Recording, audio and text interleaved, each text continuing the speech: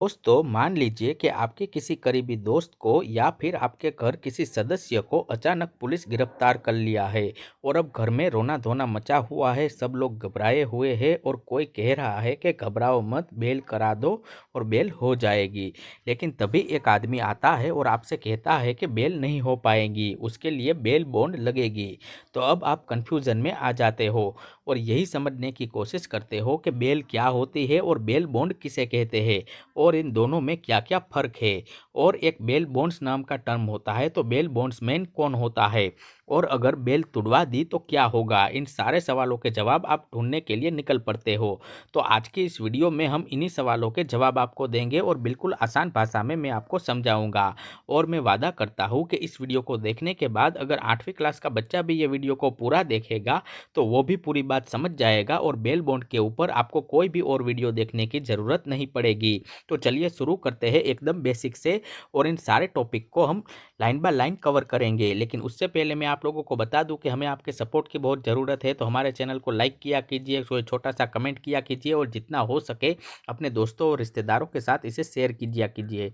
तो सबसे पहले हम टर्म को समझ लेते हैं कि अरेस्ट क्या होता है। अरेस्ट यानी गिरफ्तारी। दोस्तों बेल बॉन्ड को समझने से पहले हमें थोड़ा ये समझना होगा कि जब भी कोई व्यक्ति गिरफ्तार होता है तो उसके बाद उसके साथ क्या क्या होता है। तो जब भी पुलिस किसी को गिरफ्तार करती है तो उस व्यक्ति को लॉकअप या फिर जेल में रखा जाता है। अब यहाँ पे एक बड़ी बात है दोस्तों, भारत और अमेरिका दोनों का कानून कहता है कि कोई भी व्यक्ति तब तक निर्दोष माना जाता है जब तक अदालत उसे दोषी ना ठहरा दे। तो इसे कहते हैं प्रिजम्पशन ऑफ इनोसेंस, यानी कि निर्दोषता का अनुमान होना। तो फिर सवाल ये उठता है कि अगर व्यक्ति अभी तक दोषी नहीं है तो फिर उसे जेल में क्यों रखा जाए। इसलिए कानून ने एक रास्ता निकाला है और वो रास्ता है बेल का।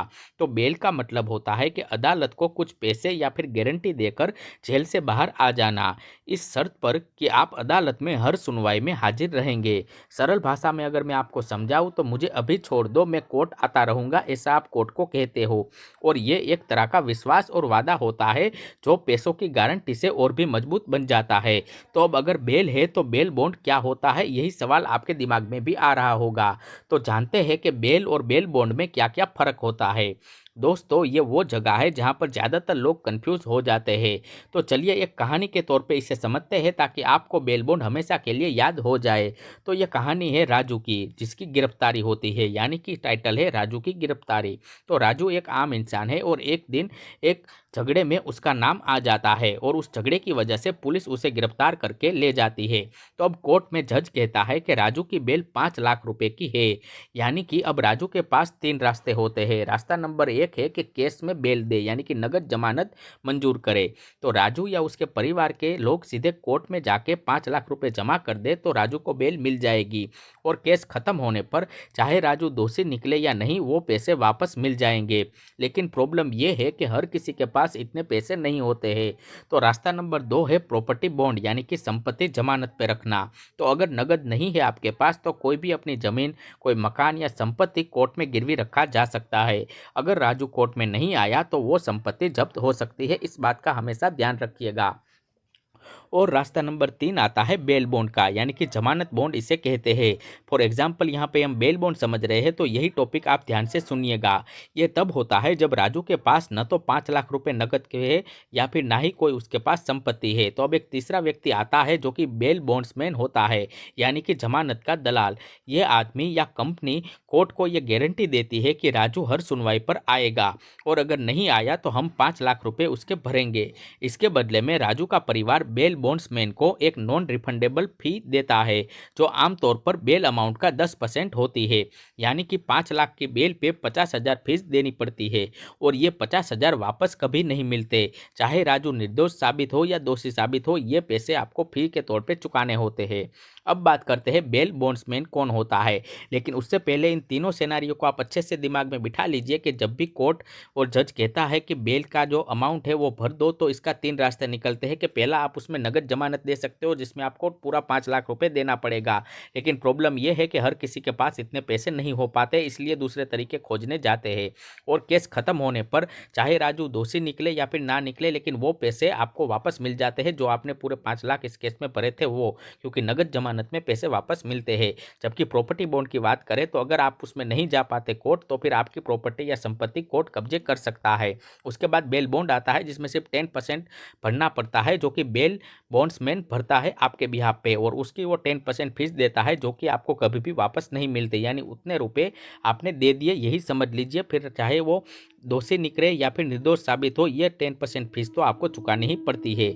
अब जानते हैं कि बेल बॉन्ड्समैन कौन होता है। तो अब जानते हैं इस कहानी के सबसे इंटरेस्टिंग किरदार के बारे में, जो कि है बेल बॉन्ड्समैन। बेल बॉन्ड्समैन एक लाइसेंसेड प्रोफेशनल होता है, यानी कि इसके पास सरकार से परमिशन होती है कि ये एक तरह का बीमा एजेंट यानी इंश्योरेंस एजेंट जैसा ही होता है। जैसे जैसे इंश्योरेंस कंपनी आपके कार एक्सीडेंट का रिस्क लेती है, वैसे ही बेल बॉन्ड्समैन भी आपके कोर्ट में न आने का रिस्क लेता है। यानी कि बेल बॉन्ड्समैन कैसे काम करता है इसको हम स्टेप बाय स्टेप तरीके से समझते हैं। तो स्टेप 1 है कि आरोपी या उसके परिवार सीधा बेल बॉन्ड्समैन के पास जाते हैं और बॉन्ड्समैन केस की जानकारी लेता है उनसे, और क्राइम कितना सीरियस है, आरोपी का बैकग्राउंड क्या है, वो सब चेक करता है, और क्या वो कोर्ट में आएगा या भाग सकता है इसकी पूरी जानकारी इकट्ठा करता है। अगर बॉन्ड्समैन एग्री कर जाता है तो वो एक श्योरिटी बॉन्ड साइन करते हैं। इसका मतलब है कि वो कोर्ट को गारंटी दे रहा है कि आरोपी का परिवार बॉन्ड्समैन को फी देता है, आमतौर पे 10% की, और आरोपी जेल से बाहर आ जाता है। अब बॉन्ड्समैन की नज़र आरोपी पे रहती है कि वो कोर्ट की हर डेट पे हाजिर रहना चाहिए। अब बात करते हैं कि बॉन्ड्समैन को फ़ायदा क्या होता है इसमें गारंटी लेने का। तो उसकी फ़ी यानी कि जो 10% आपने उसे पे किया है वही उसकी कमाई होती है। अगर 5 लाख की बेल पे 50,000 फ़ी मिली है तो यही होता है उसका प्रॉफिट, यानी कि बेल बॉन्ड्समैन का प्रॉफिट। लेकिन अगर आरोपी कोर्ट में नहीं आया तो बॉन्ड्समैन को पूरे 5 लाख कोर्ट को देने पड़ेंगे। इसीलिए बॉन्ड्समैन बहुत ही सोच समझ के यह काम को करता है। अब बात करते हैं कि बॉन्ड्समैन किससे कोलेटरल मांगता है। तो अक्सर बॉन्ड्समैन सिर्फ 10% फी पर ही नहीं छोड़ता, वो परिवार से कोलेटरल भी मांगता है, यानी कि कुछ गिरवी रखने को कहता है, जैसे कि गाड़ी की आरसी, जमीन के कागजात, कोई गहने या कोई संपत्ति वगैरह। ये कोलेटरल इसलिए रखता है ताकि अगर आरोपी भाग भी जाए तो बॉन्ड्समैन को नुकसान ना हो पाए, इसीलिए वो अपनी सेफ्टी के लिए कोलेटरल मांगता है क्लाइंट से।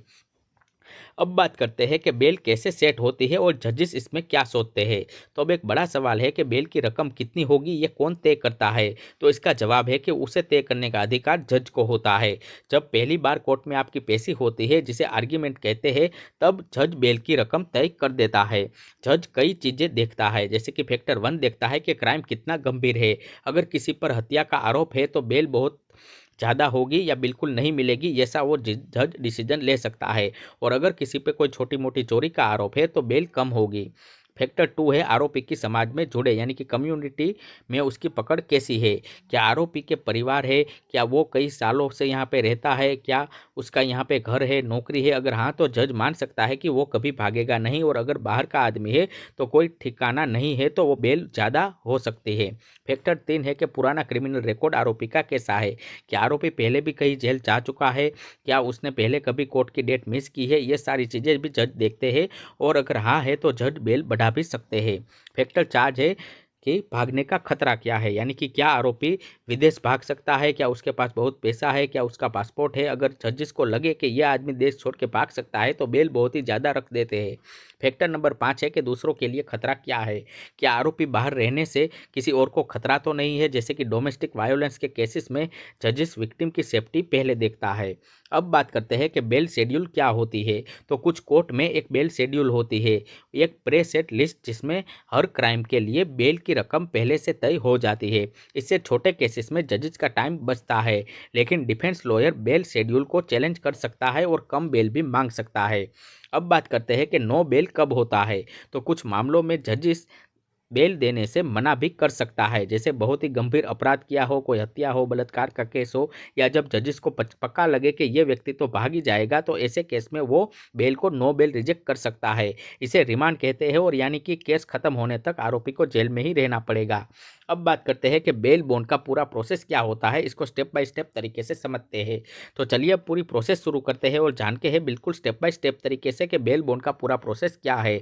तो सबसे पहले होती है इसमें गिरफ्तारी, यानी कि पुलिस किसी को गिरफ्तार करती है और थाने लेकर जाके जेल में बंद कर देती है। वहाँ पे उसकी बुकिंग होती है, यानी उसका नाम, फोटो, फिंगरप्रिंट, उसने क्या क्राइम किया, ये सभी चीज़ें रिकॉर्ड कर लेते हैं। उसके बाद उसकी पहली पेशी होती है कोर्ट में, जिसे हियरिंग भी कहते हैं। तो 24 से 72 घंटों के अंदर आरोपी को कोर्ट के सामने पेश कर दिया जाता है और वहाँ पे जज उसकी बेल तय करता है। स्टेप 3 आता है कि परिवार को डिसीजन लेना है, यानी कि परिवार बाद में सोचता है क्या हमारे पास पूरे पैसे हैं बेल चुकाने के लिए, अगर नहीं तो फिर वो बेल बॉन्ड्समैन के पास जाते हैं और बॉन्ड्समैन से मुलाकात करते हैं। बॉन्ड्समैन केस की जानकारी लेता है और परिवार को अपनी फाइनेंशियल डिटेल और कोलेटरल देनी होती है बदले में। साथ ही एग्रीमेंट साइन होती है, यानी कि परिवार और बॉन्ड्समैन एक कॉन्ट्रैक्ट साइन करते हैं जिसमें लिखा होता है कि फ़ी कितनी है, कोलेटरल क्या है और क्या होगा अगर आरोपी कोर्ट नहीं आया तो। उसके बाद स्टेप 6 होता है कि बॉन्ड्समैन कोर्ट को बॉन्ड देता है, यानी कि बॉन्ड्समैन कोर्ट में जाकर श्योरिटी बॉन्ड फाइल करता है और कोर्ट बॉन्ड एक्सेप्ट कर लेती है। स्टेप 7 है कि आरोपी रिहा हो जाता है। जैसे ही बॉन्ड जमा होता है कोर्ट में तो जेल से आरोपी को रिलीज कर दिया जाता है, लेकिन अब उसकी जिम्मेदारी है कि हर कोर्ट डेट पे हाजिर रहने की। अब जानते हैं कि केस खत्म होने पे क्या होता है। तो जब भी केस का फैसला आ जाता है तो चाहे आरोपी दोषी निकले या फिर निर्दोष निकले, बेल बॉन्ड खत्म हो जाती है और बॉन्ड्समैन की लाइबिलिटी खत्म होती है। लेकिन फैमिली ने जो फी दी थी बॉन्ड्समैन को वो वापस उन्हें नहीं मिलती, क्योंकि वही बॉन्ड्समैन की अर्निंग होती है। अब बात करते हैं कि बेल बॉन्ड के कंडीशन क्या क्या है, यानी कि क्या क्या पाबंदियां इसमें होती है। तो दोस्तों, बेल मिलने का मतलब ये नहीं होता कि आप पूरी तरह से आज़ाद हो गए। बेल के साथ कई कंडीशन भी आती है जिनका पालन करना भी जरूरी है। अगर इनमें से कोई भी एक शर्त भी आपने तोड़ी तो बेल कैंसिल हो सकती है और आपको वापस जेल में जाना पड़ सकता है। पहले जान लेते हैं कि कॉमन बेल कंडीशन क्या है। तो पहला है ट्रैवल रिस्ट्रिक्शन, यानी कि यात्रा पर प्रतिबंध लगना। आरोपी को शहर, राज्य या देश से बाहर जाने की मनाही हो सकती है। पासपोर्ट उन्हें जमा कराना पड़ता है ताकि विदेश ना जा सके। रेगुलर चेक इन भी होती है, यानी कि आरोपी को हर हफ्ते या महीने में पुलिस स्टेशन पे जाके अपना रिपोर्ट करना पड़ता है। उसके बाद होता है कर्फ्यू, यानी कि रात को एक निश्चित समय के बाद घर से बाहर नहीं निकलना। इलेक्ट्रिक मॉनिटरिंग होती है, यानी कि कुछ केस में आरोपी के पाँव में एक इलेक्ट्रॉनिक डिवाइस भी लगाई जाती है। ये डिवाइस जीपीएस से ट्रैक करती है कि आरोपी कहाँ है, वो अगर कोई गंभीर अपराध किया हो तभी लगता है। उसके बाद आता है नो कॉन्टैक्ट ऑर्डर, यानी कि अगर विक्टिम है तो आरोपी उससे किसी भी तरह का कांटेक्ट नहीं कर सकता, फोन, मैसेज, ईमेल कुछ भी नहीं कर पाएगा। ड्रग अल्कोहल टेस्टिंग भी की जाती है, यानी कि ड्रग केसेस में रैंडम टेस्टिंग भी हो सकती है। स्टेप नंबर 7 है कि कोर्ट डेट पे हाजिरी, यानी कि ये सबसे इंपॉर्टेंट कंडीशन है, हर सुनवाई पे उसे हाजिर रहना चाहिए। अब बात करते हैं कि बेल बॉन्ड से जुड़े मिथ क्या है जो कि लोग सोचते हैं और अक्सर इन मिथ को अपना बना लेते हैं। तो चलिए अब कुछ कॉमन गलत फहमियाँ दूर कर लेते हैं। तो मिथ नंबर 1 है कि बेल मिलने का मतलब होता है आरोपी का निर्दोष होना। अक्सर हमारे आस पड़ोस में लोग ऐसे ही बातें करते रहते हैं कि किसी व्यक्ति को बेल मिल गई तो उसका मतलब यही है कि वो आरोपी निर्दोष छूट गया है, जबकि फैक्ट ये है कि यह बिल्कुल भी गलत सोच है और यह गलत फहमी है आपकी, क्योंकि बेल का मतलब सिर्फ ये है कि केस चलने तक आरोपी जेल से बाहर रह सकता है। दोषी या निर्दोष ये तो कोर्ट का फैसला आने तक इंतजार करना पड़ता है।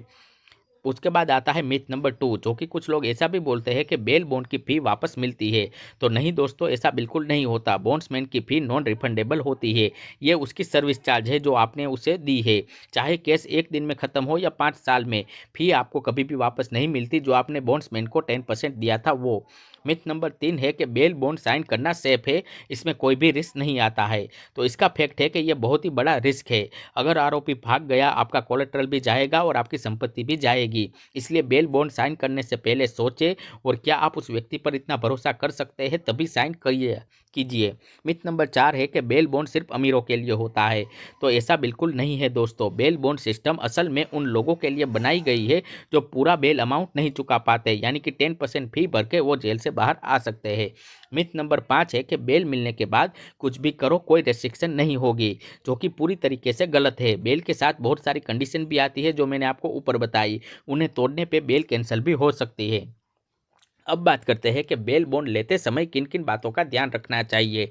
तो अगर आपको या आपके परिवार में किसी जानकार को कभी भी सिचुएशन ऐसी फेस करनी पड़े तो इन बातों का ध्यान जरूर रखें। टिप 1 है कि हमेशा लाइसेंस्ड बॉन्ड्समैन के साथ ही काम करें, यानी कि अगर आपको बॉन्ड बनवाना ही है तो लाइसेंस वेंडर से ही बनवाए। बहुत से फ्रॉडस्टर भी होते हैं जो ज़्यादा फी मांगते हैं तो वहाँ से गायब हो जाते हैं, इसीलिए बॉन्ड्समैन का लाइसेंस वेरीफाई जरूर करें। दूसरा टिप है कि कॉन्ट्रैक्ट को ध्यान से पढ़े। बेल बॉन्ड एग्रीमेंट में सब कुछ लिखा होता है कि फ़ी कितनी है, कोलेटरल कितना है और क्या होगा अगर आरोपी भाग गया तो हर लाइन को अच्छे से पढ़े, बिना समझे बिल्कुल साइन मत कीजिए। टिप नंबर 3 है कि किसी अच्छे वकील की सलाह लीजिए। बेल हियरिंग से पहले एक अच्छे क्रिमिनल लॉयर से बात करें, वो बेल कम करवाने की कोशिश भी कर सकता है। कभी कभी 5 लाख की बेल लॉयर 1 लाख की भी करवा सकता है, तो लॉयर की हेल्प जरूर ले और बेल हियरिंग से पहले ही एक अच्छे क्रिमिनल लॉयर की तलाश करें। टिप नंबर 4 है कि कोलेटरल सोच समझ के दे। अपना घर या बड़ी संपत्ति कोलेटरल में देने से पहले सोचे, अगर आरोपी भाग गया तो वो संपत्ति भी जाएगी, क्योंकि आपने उसे कोलेटरल पे रखा है। टिप नंबर 5 है कि आरोपी की समस्या यानी कि कोर्ट डेट मिस ना करे। ये सबसे ज़रूरी है। कोर्ट डेट मिस करने से वो बहुत ही ज़्यादा सीरियस क्राइम हो जाता है और आरोपी के लिए भी और जिसने बेल दी है उन दोनों को भुगतना पड़ता है। तो दोस्तों, कानून की जानकारी हर नागरिक का अधिकार होता है। जानकारी होने से आप किसी भी मुश्किल वक्त में घबराते नहीं है और सही डिसीजन लेते हैं। अगर आपके पास जानकारी नहीं होगी तो आप घबरा जाओगे, इसलिए जानकारी कानून की सबको होनी चाहिए। और अगर आपको ये वीडियो हेल्पफुल लगी हो तो इसे लाइक करें, शेयर करें और खासकर उन लोगों के साथ शेयर करें जो कि लॉ के रिलेटेड टॉपिक सर्च करते हैं या फिर लॉ की पढ़ाई कर रहे हैं। साथ ही सब्सक्राइब करना ना भूलें, क्योंकि हम ऐसे ही वीडियो आपके लिए लाते रहते हैं और बिल्कुल आसान भाषा में एक्सप्लेन करते रहते हैं। कमेंट बॉक्स में आप बता भी सकते हो कि आपके वीडियो देख के कैसा लगता है। और दोस्तों, कमेंट में बताइए कि आपको अगली वीडियो किस टॉपिक पे चाहिए, ये भी कमेंट में लिख दीजिए। और अब तक अगर आपने हमारे व्हाट्सएप चैनल से नहीं जुड़े हैं तो डिस्क्रिप्शन में दिए गए लिंक पे क्लिक करके हमारे व्हाट्सएप चैनल से जरूर जुड़ जाइए।